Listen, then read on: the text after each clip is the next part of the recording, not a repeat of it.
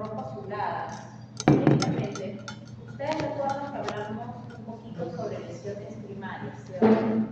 ¿Cuáles mencionan?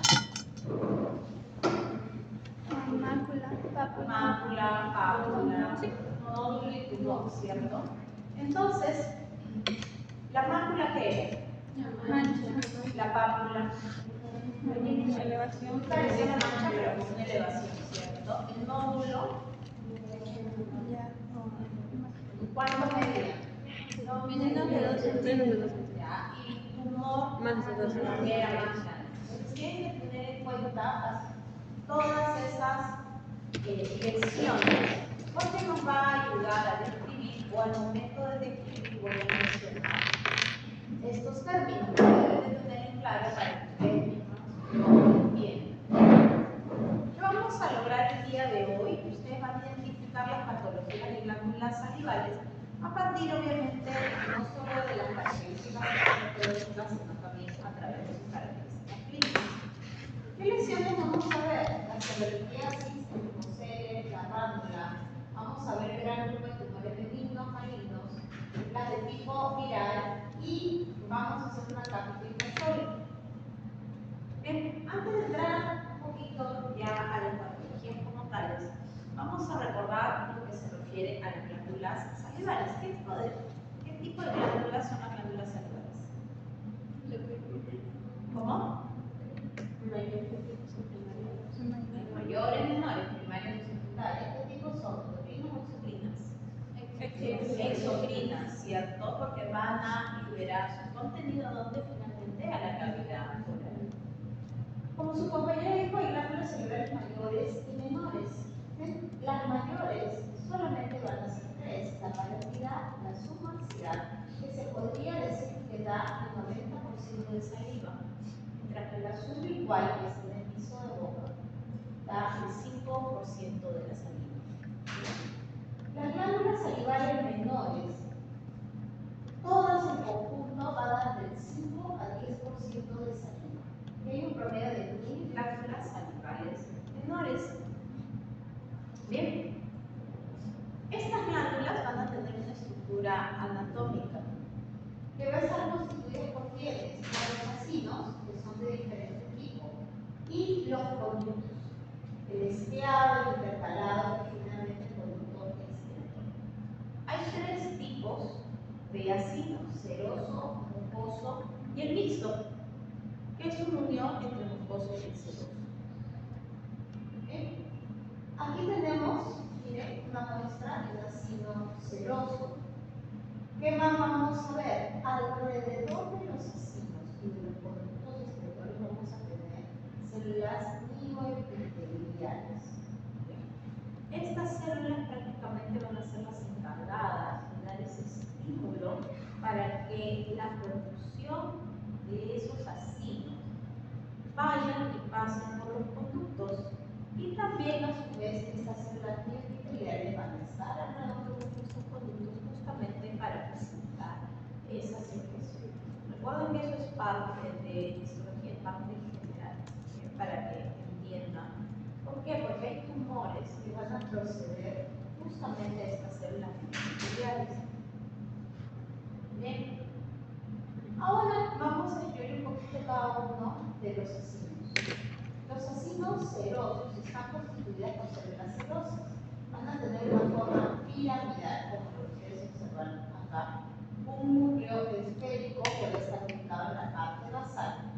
El citoplasma se tiñe fácilmente con hematocilina eosina, por eso que nosotros lo vamos a ver bien teñido, y permite diferenciar los caracteres tiene una luz muy pequeña y produce proteínas, amilasas y lipasas. Luego tenemos los acinos mucosos, que están constituidos por células mucosas. Tiene una forma piramidal también, pero el núcleo va a estar aplanado contra la base. Recuerden que el anterior, el núcleo era basal. Este es aplanado. Su citoplasma tiene mayor contenido de hidrato de carbono, por eso que no se tiñe con la hematocilina eosina, y nosotros lo podemos ver, miren, medio transparente a comparación de el otro, que es mucho más medida. ¿Bien? Lo vamos a ver de esta forma. La luz es más amplia y que produce mucina, mayor cantidad de proteína y menor cantidad de hidratos de carbono. ¿Bien? Y finalmente vamos a tener los ácidos mixtos. Los ácidos mixtos van a contener parte de ácido mucoso y parte de ácido seroso.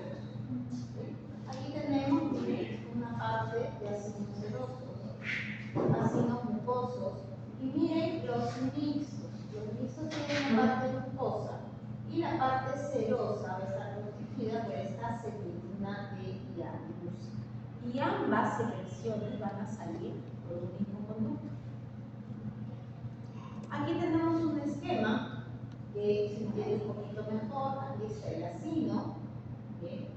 Va a pasar por el conducto intercalar, luego pasa por el conducto estriado y finalmente sale por el conducto excretor. ¿A dónde? ¿Dónde va a llegar finalmente? A la cavidad oral. Bien, ustedes ya saben que es de suma importancia porque la saliva no solamente lubrica, sino mantiene el ecosistema de esta cavidad bucal. Y su carencia va a traer una serie de patologías que hoy en día lo van a explicar en el seminario.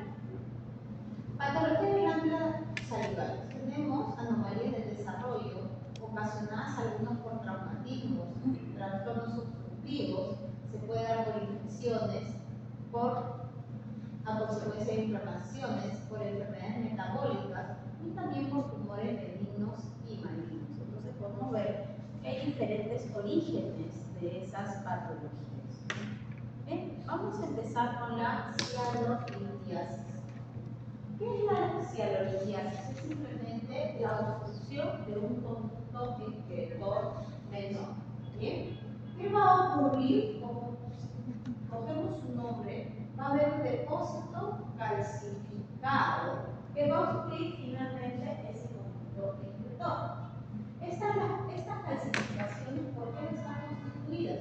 Son células epiteliales con mucina y colonias de bacterias, que origina la formación de este pequeño cianolito. No le llamamos cálculo, sino un pequeño cianolito. ¿Bien? Como ustedes observan, obstruye por el tamaño que se quedó obstruido, no permitiendo que la saliva salga. Entonces, por lógica, si se está obstruyendo, ¿qué creen que va a ocasionar?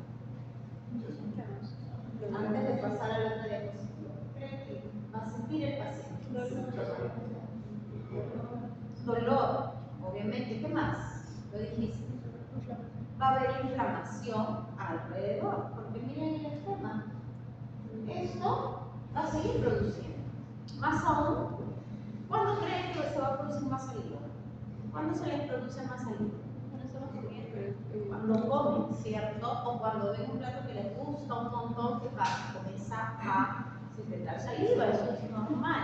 Entonces, cuando el paciente va a comer o tiene la sensación de hambre, ¿qué creen? ¿El dolor va a aumentar o va a disminuir? Va a aumentar. Entonces, ustedes solitos han sacado la deducción de todos los signos que va a presentar el paciente. Va a tener un dolor glandular que justo coincide con las comidas y después de comer, porque ya hemos visto que tiene un razonamiento lógico ese dolor. Puede haber aumento de temperatura. ¿Por qué creen que puede haber aumento de temperatura? Porque hay un proceso inflamatorio, lo que puede originar en algunos casos una secreción purulenta. Ustedes recuerdan un poco de lo que era inflamación, cómo era todo ese proceso. Si hay un acúmulo de polimorfos nucleares en exceso, ¿qué va a pasar? Y el cálculo en ocasiones se puede llegar hasta palpar.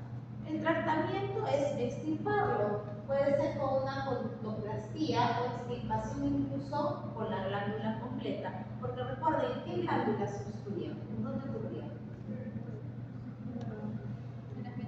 En las menores. Bien. Aquí tenemos toda una secuencia de un caso. Miren. Aquí está la radiografía panorámica y miren qué se observa. El cálculo. Porque es generalizada, entonces con una radiografía se va a poder notar. Pero miren clínicamente cómo se llega a observar en el paciente. Al momento de ser retirado, miren la imagen histopatológica, el cálculo acá, miren cómo alrededor, aquí está mayor aumento. ¿De qué está lleno? ¿Qué observan acá? Un gran infiltrado inflamatorio crónico, porque es un agente extraño que está ahí y obviamente el organismo va a dar la respuesta a cualquier noción, ¿cierto?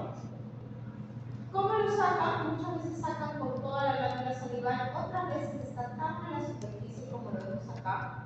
Uno lo comienza a presionar y lo logramos sacar. Obviamente que hay que anestesiar al paciente, porque imagínense el dolor que puede estar ocasionando ese pequeño cialolito.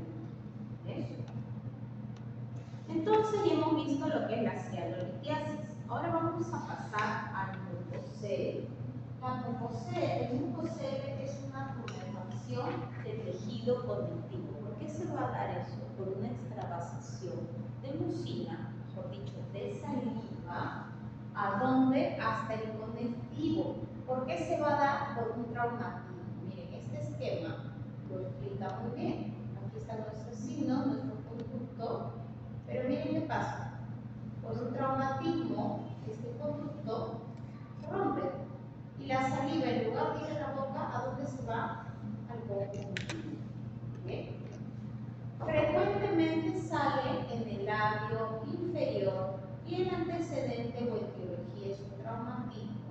Y el tratamiento va a ser la extirpación, con mucho cuidado incluso de retirar todo el conducto, porque puede volver a recidivar. Buenos días. Va a volver a recidivar. ¿Por qué creen que vuelve a recidivar si no se retira cuidadosamente? ¿Por qué creen? Miren la imagen. A ver, les doy un ejemplo para que me entiendan. Imagínense que ustedes tienen una tubería, ¿cierto? Que inunda una parte del piso. Ustedes secan todo el piso, pero esa tubería sigue rota. ¿El piso no se va a volver a mojar? Entonces, a ver, díganme, ¿por qué creen que va a residuar? ¿Cómo? Claro, porque va a seguir produciendo esa glándula salivar. Entonces, si no lo llevamos a extirpar, puede residuar, claro, porque se va a seguir produciendo la saliva y va a seguir yendo al conectivo. ¿Bien? Entonces, ¿qué vamos a encontrar histopatológicamente en esta lesión? Moco, mucina. Va a estar constituido netamente de mucina. Pero al ser un cuerpo extraño, ¿qué va a ocurrir? Va a estar rodeado por un tejido de granulación. Porque ¿qué se intenta reparar? Y dentro de esa mucina va a haber gran cantidad de histocitos. Histocitos, ustedes saben que es un tipo de macrófago. ¿Por qué finalidad? Porque intenta solucionarlo, intenta resolverlo. Entonces, histopatológicamente, ¿qué vamos a encontrar? Mucina con histocitos rodeado por un tejido de granulación. Miren que les estoy mencionando porque en el examen ya han visto que se toman también características histopatológicas. La siguiente imagen en mayor aumento. Miren, esto es el epitelio, es normal. De acá hacia allá viene el conectivo y acá vemos que se forma un mucosel. Moco con histocitos, acá se puede ver mejor, y rodeado ¿por qué? Por un tejido de ¿qué era? De granulación, ¿no es cierto? Y acá vemos otra imagen netamente mucoseles, nuevamente moco con histocitos, y que va a estar rodeado ¿por qué? Por un tejido de granulación. ¿Okay? Eso es lo que vamos a observar histopatológicamente. Quiero tomar. No, así más fuerte, porque si no sé. ¿Sí? Sí, Entonces lo vamos viendo. No, pero no, un poco todo. La cialolitiasis, que vendría a ser una patología de tipo obstructiva, y el mucosel, que va a ser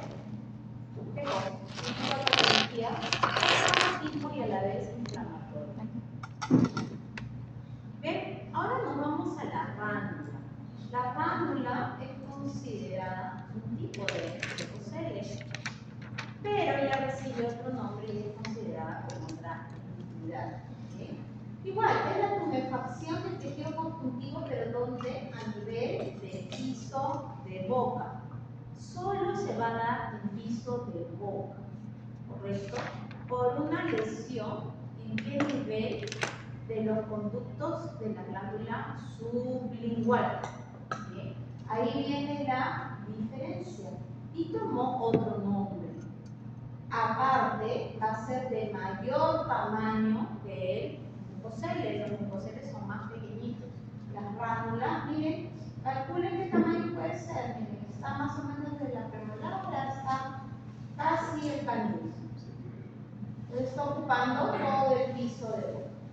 El color va de rosa a violeta, ese es el medio azulado.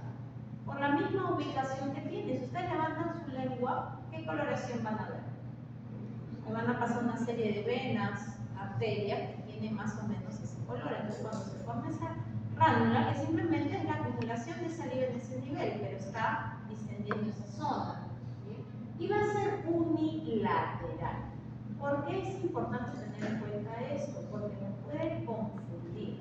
Puede tratarse de otra entidad patológica, una tumoración, pero va a invadir otra área. En cambio, la ránula, sobre todo cuando alcanza este tamaño, recuerden, siempre va a ser unilateral.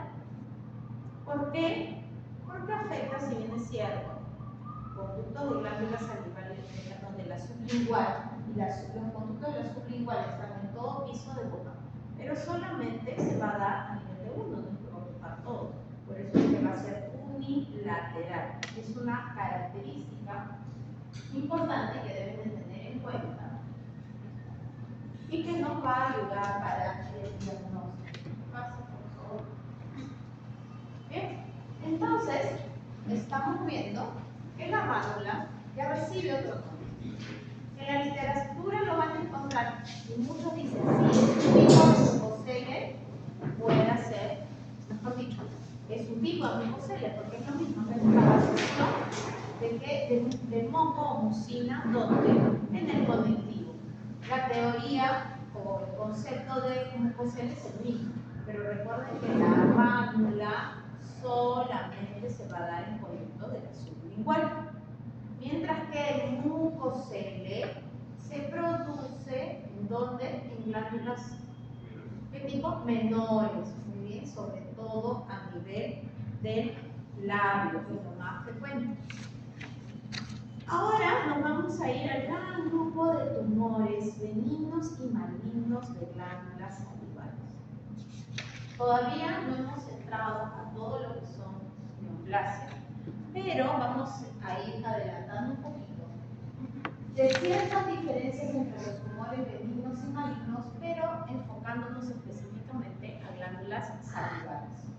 El crecimiento de los tumores benignos siempre va a ser mucho más lento, mientras que los malignos tienen tendencia a ser mucho más rápido. La forma, siempre el tumor benigno va a ser más redondeado, va a ser más delimitado, mientras que los malignos van a ser polimorfos. ¿Qué quiere decir polimorfos? De varias formas, va a ser muy irregular. El dolor en un benigno, bien raro que haya dolor. Mire, pero en un maligno sí va a presentar dolor. Ahora vamos a ver por qué, qué va a pasar. La consistencia de un benigno es más elástica, más blanda. En cambio, recuerden, en un maligno de glándulas salivales va a ser más pétrea. ¿Qué quiere decir? Más dura, con una piedra. De ahí viene el nombre. Afectación de partes blandas, nunca. El tumor benigno, recuerden, siempre su crecimiento es expansivo, más no infiltrativo. En cambio, los tumores malignos va a crecer, como infiltra, va a poder comprometer partes blandas. Afectación ganglionar y nerviosa, nunca. En cambio, los malignos, parte ganglionar, depende de qué estadio, y nerviosa habitualmente infiltra filetes nerviosos. Por eso que tiene la capacidad de producir dolor y de producir parestesias.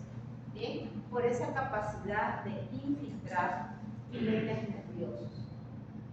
Bien, Vamos a hablar del primer tumor benigno, el adenoma pleomórfico. El adenoma pleomórfico es un tumor benigno de glándulas salivales. Representa el 70% de los tumores benignos a nivel de glándulas salivales, nada más. ¿Cuál es su origen? Este adenoma pleomórfico también es llamado tumor mixto, porque viene su origen salival y conjuntivo, perdón, epitelio salival y conjuntivo. Quiere decir que proviene tanto de células epiteliales como de células mesenquimales.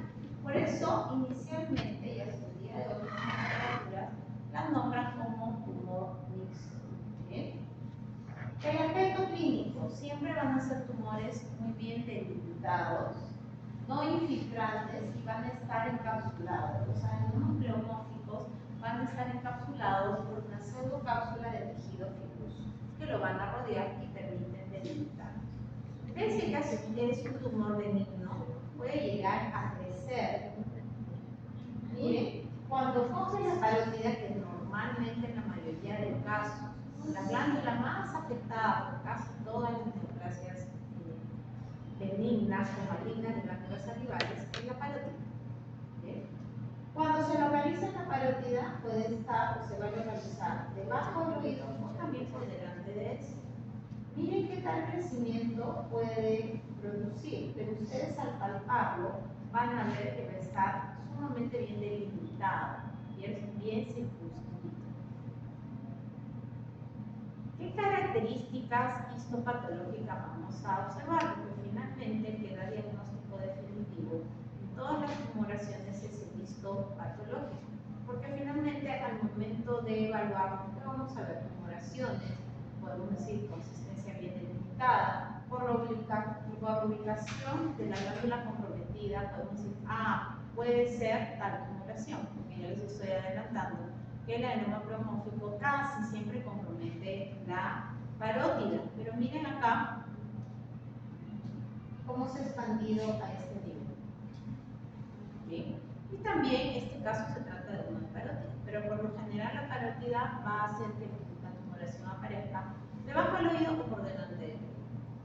Ahora nos vamos a las características histopatológicas del adenoma pleomórfico. Va a tener elementos epiteliales, como ya les dije, y mesenquimales, lo que va a originar diferentes patrones. Va a haber un patrón condroide. ¿Por qué? Porque va a aparecer un cartílago en todas estas áreas. Va a haber un aspecto de pseudoconducto, porque miren acá aparece conductos conductales, y van a haber patrones de nido, que son las áreas donde estas células epiteliales se llegan a agrupar. Entonces, resumidas cuentas, el adenoma pleomórfico va a estar constituido por tres diferentes tipos de patrones, justamente por su procedencia celular, dando esa capacidad de dar patrones, tanto condroides, que ya les enseñé cuál, pseudoconductos y finalmente los patrones de nidos.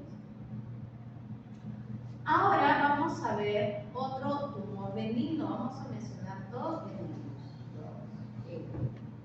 malignos. Otro tumor benigno es el tumor de Wartburg, conocido, miren, con este nombre como cistadenoma papilar linfomatoso o adenolinfoma. Con ese nombre también lo van a encontrar en la literatura. Es considerada la segunda neoplasia benigna de glándulas salivales más frecuente, obviamente después de ¿quién? Del adenoma pleomórfico. ¿En qué edades suele presentarse? Entre la quinta y séptima década de vida. Va a presentarse con mayor frecuencia en los hombres que en mujeres.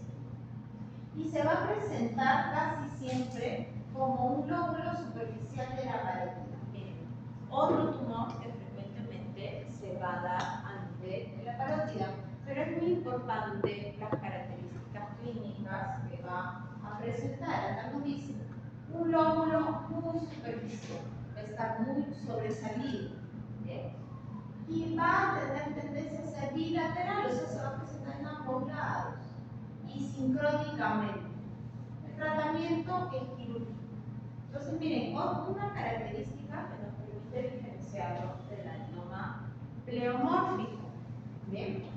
Ahora vamos a pasar a ver una imagen, observen. Miren la imagen de la tumoración en ambos lados, que puede ser bilateral y a veces hasta múltiple. Ahora nos vamos al gran grupo de tumores malignos. Los tumores malignos y glándulas salivales se pueden presentar tanto en glándulas salivales menores como en glándulas salivales mayores. Ambas pueden ser afectadas de igual manera, pero según la literatura, el porcentaje mayor se lo lleva a las glándulas menores. Y dentro de las glándulas salivales mayores, nuevamente la más afectada siempre termina siendo la parótida. Constituye el 20% del total de los tumores que se presentan a nivel de cabeza y cuello. Desde el punto de vista médico está la especialidad de cabeza y cuello.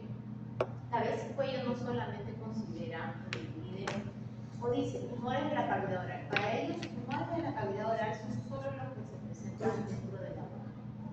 Ellos también consideran otro grupo que van a ser los tumores de glándulas salivales. Después dicen tumores a nivel de cuello. O sea, según la procedencia, ellos lo subdividen. Entonces, dentro de esa subdivisión, el 20% de todos los tumores van a ser de glándulas salivales. El aspecto clínico, lo característico de cualquier tumor maligno, no va a estar delimitado. O sea, ustedes cuando lo palpan, claramente van a poder sentir que no se delimita, sino que ustedes palpan y sienten pequeñas irregularidades que van hacia el fondo. Eso es una característica. Va a invadir tejidos adyacentes. ¿Por qué? Porque un tumor maligno siempre es infiltrativo. Su crecimiento es como un cangrejo. Por eso el logo del Instituto del Cáncer y de todas las instituciones del cáncer es un cangrejo con un cara en medio. Por la característica que tienen las células de infiltrar, no de expandirse. Y no son encapsulados. Ustedes recuerdan una de las primeras imágenes del adenoma pleomórfico que había crecido exageradamente, ¿cierto? O sea, si ustedes lo llegan a palpar, lo van a coger, incluso si ustedes como que presionan más, van a sentir que tiene como un límite. En cambio, los malignos, para que ustedes lo vean ya de este tamaño, tengan plena seguridad que ese tumor ya infiltró, incluso ya ocupó algún ganglio, porque el crecimiento de los tumores malignos lamentablemente es infiltrativo. Que nosotros ya lo veamos clínicamente, sobre todo a nivel de cavidad oral y a nivel de glándulas salivales. Y miren, ya está empezando a como a ulcerarse. Miren la oreja, ¿cómo la ven? Totalmente enrojecida, ¿cierto? Porque lamentablemente de repente ese paciente ya tiene esa parestesia, pérdida de sensibilidad o esa sección del rostro. Porque los tumores malignos al infiltrar, ¿qué vamos a tener muy cerca? Sobre todo el nervio facial, ¿cierto? Entonces fácilmente puede llegar a comprometer. Primero vamos a tener al carcinoma mucoepidermoide. De igual forma vamos a mencionar dos, el primero y el segundo más frecuente. El carcinoma mucoepidermoide es la neoplasia maligna hasta el momento más frecuente en glándulas salivales. Dentro de todo este grupo de tumores malignos constituye el 20% en glándulas salivales. ¿Por qué se va a originar? Porque se da por una reproducción de la proliferación de células excretoras. ¿Bien? ¿Cuáles van a ser las células excretoras?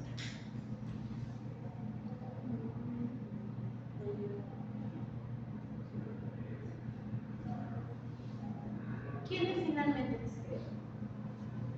Recuerden lo que les hablé al comienzo. Vamos a tener a los acinos. Y los acinos van a tener diferentes células. Esas células finalmente son las encargadas de diferente origen, claro, dependiendo si es mucoso o si es seroso. Se piensa que deriva de los segmentos interlobulares del sistema de conductos salivales. ¿Por qué también menciona los conductos salivales? Recuerdan al inicio, sale un conducto, pero todos eran iguales. ¿Cuántos salieron? ¿Dos? Tres, ¿no es cierto? ¿Cuáles eran? Intercalada, ¿qué más? El excretor, ¿y qué más? El estriado. Entonces, si proviene de conductos, mira, acá dice que proviene de conductos, y acá arriba le dice de células excretoras. ¿Dónde va a estar? ¿De qué conducto piensa? El conducto excretor, obviamente. Por eso que al inicio mostramos esa diapositiva, porque sobre todo a nivel de los tumores, el origen va a venir ya sea de células acinales, de células excretoras, hasta de la miometrial, como estaba mencionando. Su estructura es bifásica, en la que se mezclan células epidermoides y productoras de mucosa. ¿Ven acá? Miren, hasta da la apariencia de un acino. Acá también, miren. ¿Qué acino vemos acá? Da la apariencia de células del acino, del seroso, ¿cierto? Mientras que acá que vemos del mucoso. Bien, ahora vamos a ir al carcinoma adenoide quístico. El carcinoma adenoide quístico es otro tumor maligno de glándulas salivales. Bien, es cierto, tiene un crecimiento lento, pero es doloroso en la mayoría de casos, 30%. ¿Por qué es doloroso? Porque va a ser una invasión perineural. Tiene mayor capacidad incluso que el anterior, lo que origina anestesia y parálisis de la zona, porque preferentemente invade al nervio facial.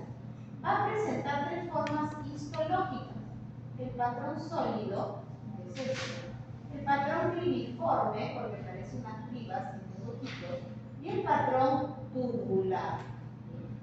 Un solo tumor puede presentar la mezcla de estos tres patrones.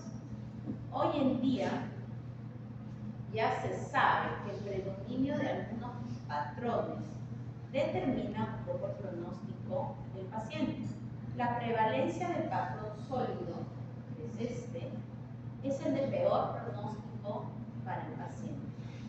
Cuando hay un predominio del patrón filiforme, el pronóstico es más favorable, así como del patrón tubular.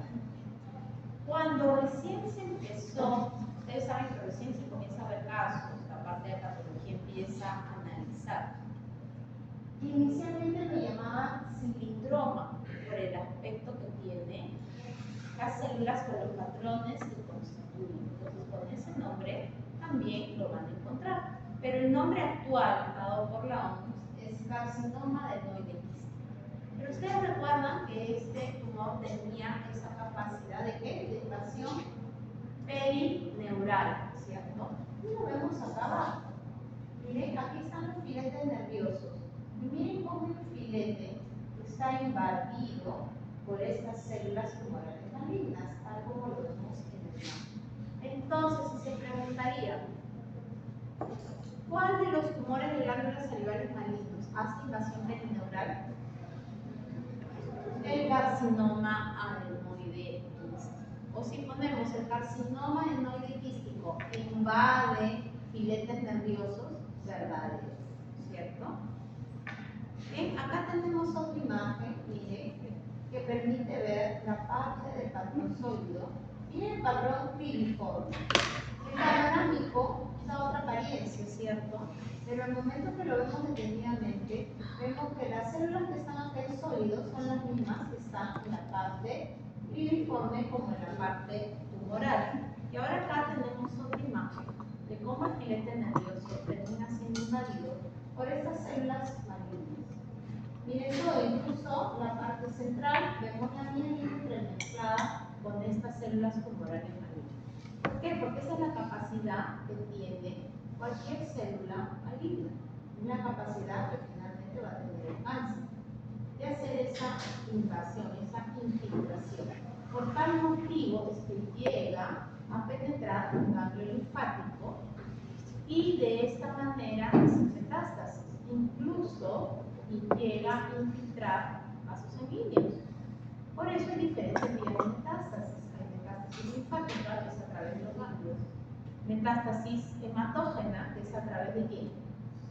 De vasos sanguíneos.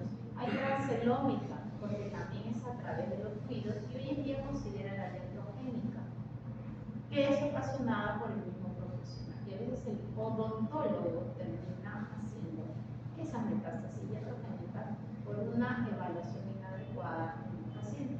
De ahí la relevancia del conocimiento que podamos tener sobre ellas, no porque malignas no las vamos a tratar, ya se deriva cabeza y cuello, sino de la capacidad que podamos tener de distinguirlas para no manipularlas.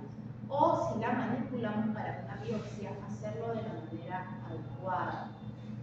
Porque podemos, lamentablemente, hacer una metástasis iatrogénica. Les explico cómo, y lo he visto. Un tumor de glándulas salivales puede originar una movilidad dentaria por el crecimiento expansivo que hace. El paciente llega a la consulta, el diente se mueve, ustedes lo ven clínicamente, a una periodontitis. Sí, ya no hay remedio, le toman solo la periodical y no fueron capaces de mandarles una radiografía panorámica. Porque si ven que ese paciente no tiene una tan mala higiene, o a veces llega con una higiene, y ustedes dicen o asumen periodontitis, ¿para qué? Sacarlo. O agarran y dicen, no, sí, le tenemos que hacer destacar. Y no le hacen la correcta evaluación radiográfica. ¿Para qué la evaluación radiográfica si pensamos que es una periodontitis? Para poder determinar el grado y estadio. ¿Cómo determinamos finalmente el grado y estadio? Sabiendo la pérdida de qué? La radiación ósea. ¿Y cómo lo vamos a ver? ¿Tenemos visión infrarroja nosotros? No. ¿Qué tenemos que tomar o mandar? Una radiografía. Y en esa radiografía nos podemos dar cuenta. Por eso no les decía en otras clases, ustedes deben de ser observadores, ¿cierto? Comparar el lado derecho al lado izquierdo. Trabéculas. ¿Por qué? Porque muchas veces estas tumoraciones al avanzar, su origen pudo haber sido una glándula salival, pero al infiltrar, a veces se infiltra también hueso, y hay metástasis. ¿Qué pasa? Si ustedes extraen la pieza dentaria, ¿qué pasa cuando uno extrae una pieza dentaria? ¿Qué espera? Tú sacas el diente y ¿qué esperas que pase? Que sane, que se cicatrice, ¿cierto? Y cuando hay cicatrización, ¿qué ocurre? Solo hemos hablado al comienzo. ¿Qué pasa cuando comienza a haber la cicatrización? ¿Cómo? Empieza a haber un tejido de granulación, porque la extracción que provoca una cicatrización por segunda intención. Esto trae consigo, ¿qué cosa? Ya no es regeneración solo, sino cicatrización, ¿cierto? ¿Y qué activa con ese tejido de granulación? Comienza a haber una activación celular. ¿Bien? Si tú activas esas células, ¿ustedes creen que no van a activar las malignas? Por supuesto, porque las malignas van a estar en ese hueso que ya está invadido. Y la tumoración, en menos de una semana, el paciente llega con una tumoración enorme en todo el maxilar. El paciente llega a la consulta y dice, la culpa fue del dentista porque me sacaron el diente, apareció el cáncer. Yo antes no tenía nada. Claro, ustedes saben que el cáncer infiltra. Si está en glándulas salivales, ¿va a empezar desde afuera? No, va a empezar en la parte interna, obviamente. Llega a infiltrar, imagínense que hace ese tipo de metástasis al extraer. Nosotros estamos haciendo una activación de esas células que están alrededor. ¿Qué pasa? Su capacidad de crecimiento se incrementa por ese mismo proceso que se ha provocado por la infección. Por eso que la tumoración crece increíblemente, llegando a ocupar hasta la mitad del maxilar. ¿Qué cometimos ahí nosotros? ¿Un error adrede? No, una iatrogenia sí, porque no tomamos los parámetros necesarios. Hoy en día, parte de cualquier protocolo, hasta en una posta, es sacar una radiografía. Al menos una periódica. ¿Por qué creen que se estableció esos protocolos? Justamente por las incidencias. casuística. De verdad, lo he visto en la clase. El paciente llega con la tumoración que ocupa la mitad del máximo, o sea, se ve clarito el crecimiento. Y el paciente va a la consulta por ese crecimiento. ¿Y a quién le va a echar la culpa? Inmediatamente la extracción. No va a entender el paciente que el tumor ya lo tuvo, pues, hace 4 meses. Y nunca se dio cuenta, porque no hacía manifestación clínica. ¿Fue nuestra culpa que tuviera el tumor maligno? No, porque el tumor maligno ya estaba. ¿Cuál es nuestra responsabilidad? No haber evaluado adecuadamente al paciente. Yo en el inicio observaba muchas veces en pacientes que venían de provincia. ¿Por qué? Porque a veces en zonas más alejadas, por la carencia de equipamiento y las necesidades del paciente, realizan la extracción. No siempre en un centro de salud, porque el centro de salud lo manda o lo deriva y le dice vaya a tal lado, y ellos por necesidad, ¿qué pasa? Ah, los odontólogos más cercanos muchas veces no son odontólogos, son técnicos dentales que terminan haciendo procedimientos de odontólogo porque aprenden. Pero ¿qué pasa? No tienen ese conocimiento que se logra con todos estos años de formación. Ahí viene la diferencia. Y se produce estos inconvenientes que llegan, sí, que cada vez es menos claro, porque ya el odontólogo comienza a informarle al paciente. ¿Por qué llega a ocurrir? Simplemente por apurados, por a veces ceder a lo que el paciente quiere, por temor a que el paciente se termine yendo a otro dentista, por el problema, el paciente va hasta que llega uno que le dice sí, ya sé lo que quiere. Cuando pasó lo que el primero le dijo, ¿qué hace el paciente? No reconoce que es su culpa, sino culpa al dentista que accedió a hacer lo que él quiso. Porque eso lamentablemente ocurre, ¿no? Sobre todo cuando el paciente quiere algo, va. Así como cuando ustedes quieren un permiso para algo, insisten, ya, igualito hace el paciente, ¿no? Hasta que consigue quién cayó, porque esa es la realidad, quién cayó. Pero no es muy ideal, ¿bien? Porque para que ustedes se preparen, tienen ese conocimiento de lo que puede ocurrir. Bien, ¿qué signos nos puede dar sospecha de malignidad? La consistencia, ya ven, cuando hablamos de glándulas salivales. El dolor, ustedes ya saben por qué, porque va a infiltrar, ¿qué cosa? Nervios, por esa capacidad infiltrativa que tiene el tumor maligno. Compromiso de piel puede originar parálisis facial. Esos son signos que nos van a dar señales de alerta de que hay una gran probabilidad de que sea un tumor maligno. Bien, ahora hemos visto desde la primera diapositiva que los tumores de glándulas, que las patologías de glándulas salivales son diversas, ¿no? Hemos visto consultivas, inflamatorias, por traumatismo, hemos visto tumoraciones, y ahora vamos a ver un gráfico de patologías de glándulas salivales de tipo virales. Las llamadas o conocidas cianoadenitis virales. La más frecuente otra vez, la poliparótida. La poliparótida le pasa de todo. ¿Qué virus puede afectar o ocasionar esta cianoadenitis? El más conocido, el virus de la parotiditis. Es el 80% de los casos de esta patología viral, conocida como ¿qué? Las paperas, las famosas paperas, son las parotiditis. Puede también ocasionada por el citomegalovirus. Miren, el sarampión también puede afectar glándulas salivales, con saquea y de eco, hasta el herpes, influenza, la parainfluenza 1 y 3. El virus de Epstein-Barr y el virus de VIH. Este virus de Epstein-Barr está metido en un montón de cosas en la cavidad oral y provoca activación de una serie de patologías. Ahora bien, vamos a tener o vamos a hablar del síndrome de Sjögren, que va a estar muy correlacionado con el seminario del día de hoy. El síndrome de Sjögren, cuando decimos síndrome, ¿qué quiere decir? ¿A qué hacemos referencia con síndrome? Creo que ya lo mencioné. Cuando decimos un síndrome, ¿qué le viene a la mente? Algo genético. Sí, un síndrome es algo genético. ¿Qué más?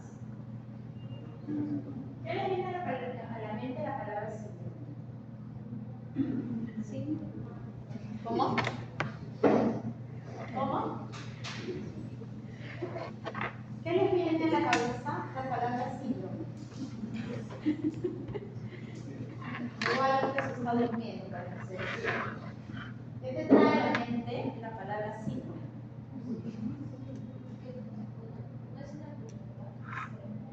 ¿Que no es una enfermedad? Como que está ahí, está ahí.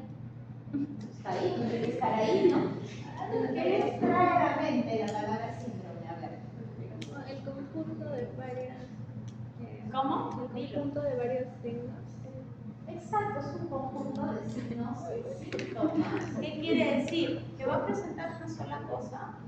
No, va a afectar diferentes órganos. ¿Sí? Por eso que está considerado también dentro de las enfermedades sistémicas. ¿Por qué?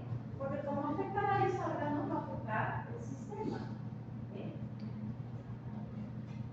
¿Qué es el síndrome de Sjögren? Es una enfermedad autoinmune, aquí mismo lo dice, multisistémica, que provoca o ataca glándulas exocrinas, tanto salivales como lacrimales. Entonces, cuando les puedo decir qué es el síndrome de Sjögren, es fácil. Enfermedad autoinmune, ¿qué ataca? Glándulas exocrinas, originando inflamación y destrucción de estas glándulas. ¿Bien? Histológicamente, ¿qué vamos a ver? Gran infiltrado crónico, sobre todo linfocitos. Fibrosis intersticial, ¿por qué? Porque cuando se destruyen esas glándulas, ¿qué pasa? Queda un hueco, que hemos dicho anteriormente. Comienza a haber fibrosis para reemplazar esa área. Y hay atrofia de los acinos. Los pocos acinos que quedan, miren, están atrofiados porque no va a producir una adecuada, ¿qué cosa? Secreción. No va a producir, si decimos salivales y lacrimales principalmente. ¿Qué va a haber? Serostomía, que es poca saliva. ¿Y qué más va a haber? Serostalgia. El paciente no va a tener lágrimas, muchas veces le dice. ¿Por qué? Porque no las va a producir, ocasionando un gran conjunto de sintomatología clínica. Si no hay lágrimas, si no está humectado ese ojo, ¿qué ocurre? Se le llama el ojo seco. ¿Qué pasa?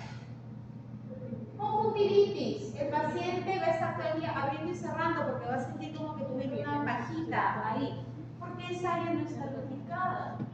Bien. Hay un aumento de tamaño de las glándulas salivales. ¿Por qué? Porque está intentando esa producción. Miren histopatológicamente una glándula salival normal. Está lleno de ácidos. En este caso hay más cantidad de ácidos. Seroso, ¿cierto? Y miren cuando se altera. ¿Vemos esa misma cantidad de ácidos? No. ¿Qué vemos? Incluso los conductos. Miren este conducto intercalar totalmente dilatado. Miren este de acá. ¿Vemos ácidos? Vemos con las luces de estos chiquititos. ¿Qué vemos? El infiltrado, inflamatorio crónico y gran cantidad de áreas de fibrosis. ¿Por qué? Porque hay destrucción, ataca. Esa enfermedad autoinmune se viene siendo llamado síndrome de Sjögren. Miren, esa es una enfermedad autoinmune. ¿Qué quiere decir? Que nuestro mismo organismo ataca, destruye, no reconoce las células o las sustancias que mantienen a esas glándulas. Si hablamos de glándulas exocrinas, ¿solamente tenemos a las salivales y a las lacrimales? No, en todo nuestro organismo hay glándulas, por eso también nosotros que sudamos, ¿cierto? Entonces, ¿qué va a pasar? Principalmente va a atacar esas dos, pero también puede provocar otras alteraciones en otras partes de nuestro organismo. Miren, afecta más a las mujeres, entre 40 y 60 años de edad. ¿Qué forma va a tener? Primaria y secundaria. La forma primaria es la glándulas salivales y lacrimales, originando seroftalmia y serostomía. ¿Qué pasa con la secundaria? Ahí es que comienza a haber más manifestaciones. Se va a asociar a otras enfermedades autoinmunes. ¿A cuál principalmente? A la artritis reumatoide. También con la esclerosis sistémica progresiva, miren la amiloidosis, la enfermedad tifoidea, etc. Ahí es que el paciente comienza a tener, ¿qué cosa? Problemas articulares. Comienza a tener piel seca. En la forma primaria, lo clásico es la serostomía y la serostalmia. También comienzan a tener sequedad vaginal, sobre todo las mujeres, obviamente. ¿Qué más empieza a haber? Piel seca. ¿Por qué? Porque si no hay esa, no es que nosotros estemos sudando constantemente, pero obviamente esa glándula permite ciertas condiciones de nuestra piel. Si eso también está afectado, ¿cómo creen que debe estar nuestra piel? Totalmente escamosa. Entonces, lamentablemente, ese pequeño detalle llega a producir gran alteración al paciente, porque ya entendemos la importancia de las secreciones en nuestro organismo, mantienen una estabilidad. ¿Y qué pasa en boca? No hay saliva, el ecosistema cambió. Más caries, úlceras en la boca, periodontitis, gingivitis, comienza a haber cándida, porque recuerden que el cándida es una enfermedad oportunista. Si el ecosistema cambia, es una gloria para el cándida, empieza a haber cándida. Y una serie de alteraciones. A veces el paciente va a la consulta, no tanto porque se da cuenta que empieza a manifestarse Sjögren, sino porque empieza a tener heridas en la boca, comienza a tener cándida, o también comienza a ir primero el oftalmólogo, comienza con la keratoconjuntivitis. Entonces ahí es que ya se llega al diagnóstico. Bien, esas son todas las patologías principales que hemos visto de glándulas salivales. Hay de diferentes procedencias, como los hemos podido haber visto. Hay de diferentes tipos y que pueden generar una gran cantidad de preguntas para el examen, que si no las leen adecuadamente, muchos salen jalados, siendo preguntas tan sencillas como en el examen parcial. Han habido buenas notas, pero también notas bajas, cuando todos han debido de salir por encima de 14, porque la evaluación no ha sido difícil. Lo que observo de ustedes es que no leen, no hacen una buena comprensión. O sea, cuando las preguntas ya tienen muchas líneas, es donde más se equivocan. Pero eso ustedes lo tienen que ir corrigiendo poco a poco. Porque nosotros cuando leemos, por ejemplo, el libro de Robbins, es un libro que no le gusta mucho a la mayoría, porque para decirte la definición, ¿qué tienes? Una hoja completa, para recién decirte qué es.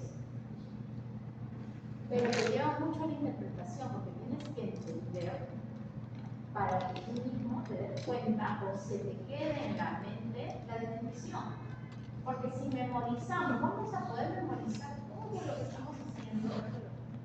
Es muy complicado, pero si nosotros entendemos lo básico de la anatomía, la histología, que sacamos nuestras propias definiciones, las definiciones van a fluir en nuestra mente. Porque Ahí era para estar. en la clase a veces digo, ¿qué creen que va a pasar acá? ¿O qué es eso? Porque todos los técnicos podemos